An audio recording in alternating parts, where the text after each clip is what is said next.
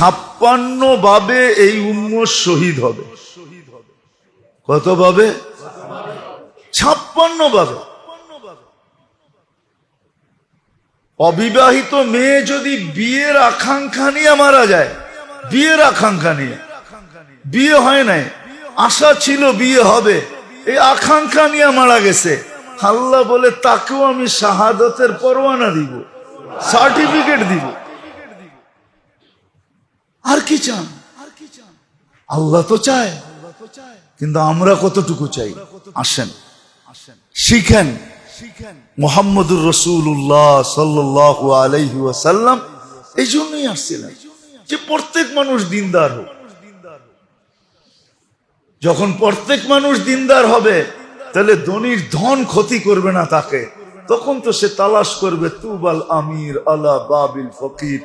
মানুষ তাকে ঘরে খুব কমই দেখবে, গরিবদের বাড়িতে বাড়িতে ঘুরতে তাকে অনেক বেশি দেখবে। তখন সে নিজের ঘরে থাকবে না, সে তো গরিবের বাড়িতে তালাশ করবে, গরিবের বাড়ি কোথায়। ওইখানে যায় দায় দায়িত্ব নিবে যে তুমি গরিব, যা লাগবে আমি পাঠায় দিব, আল্লাহ আমাকে ধন দিছে, তুমি শুধু দোয়া দিও। বিসাল আমির আলা বাবিল ফকির। আর গরিবরা যে ধনীদেরকে বাড়িতে বিরক্ত করবে না। গরিবে বলবে না আমি ধনীদেরকে বাড়িতে যেয়ে বিরক্ত করবো না, কেননা বাড়িতে গেলে বিরক্ত হয় মানুষ, এটাই স্বাভাবিক। তো গরিব কোনোদিন ধনীর বাড়িতে যেয়ে কি করবে না? বিরক্ত করবে না, সে তার ঘরে বসে থাকবে। সত্য এটাই হবে, তখন এরকম হবে, এরকম হবে। তখন এক মিশ্রণ হবে এরকম যে গরিব বলবে আমার কাছে জান আছে, মাল নাই, আমি জান দিতে পারি। তখন গরিব ধনীর জন্য জান দিবে। হ্যাঁ, লাল গালিচা শুধু এয়ারপোর্টে দেখেন, ঠিক না? তখন মহল্লায় মহল্লায় লাল গালিচা দেখবেন।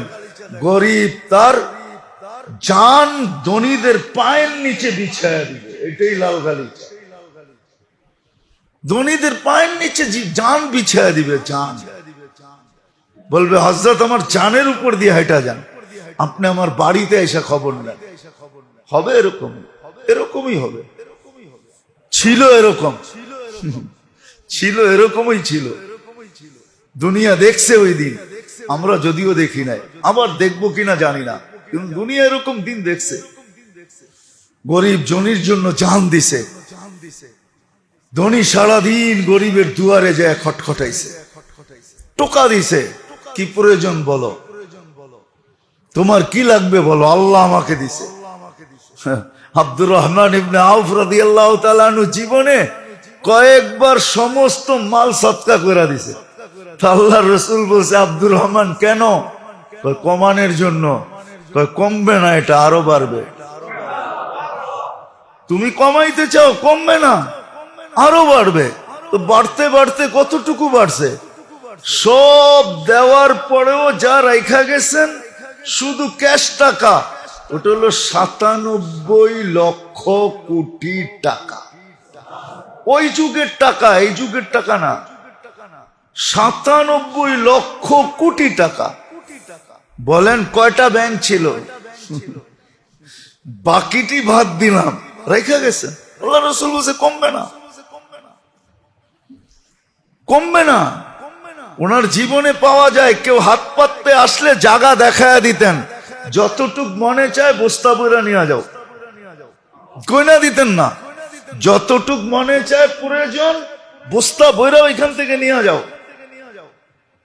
আর ওই যুগের মানুষও ছিল এরকমই, প্রয়োজনের বেশি নিতেন না। মানুষও ওই দিনদার ছিল, প্রয়োজনের বেশি নিতেন না। আজকে তো আমাদের দেশে হইল কি, ওই যে রমজানে বলছিলাম না, যে অনেক মানুষের মনও চায় যে আমি যেই দামে কিনি ওই দামে বিক্রি করি, রমজানে সহানুভূতি দেখাই। কিন্তু ও দেখাইলে কি হবে? একজনই এসে কইব পুরা দোকান আমারে দিয়া দে, ফ্রিজ কয়েকটা কিনা রাখছি, বেরা রাখবো, সারা বছর খাবো। একজনই দোকান খালি করে দিবে। এই জন্য যে সহানুভূতি দেখাইতে চায় সেও পারতেছে না। তো ওই যুগে মানুষও ছিল এরকম, প্রয়োজনের বেশি নিতেন না। যাক, আল্লাহ করুক দিনদারি শিখি, জীবনের মজা নেই, মজা। আজকে জীবন আছে, মজা নেই।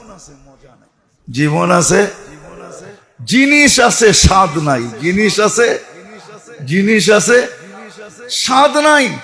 জীবন আছে, মজা নাই। জিনিস আছে, স্বাদ নাই। সম্পর্ক আছে, কিন্তু কি নাই? মহব্বত নাই।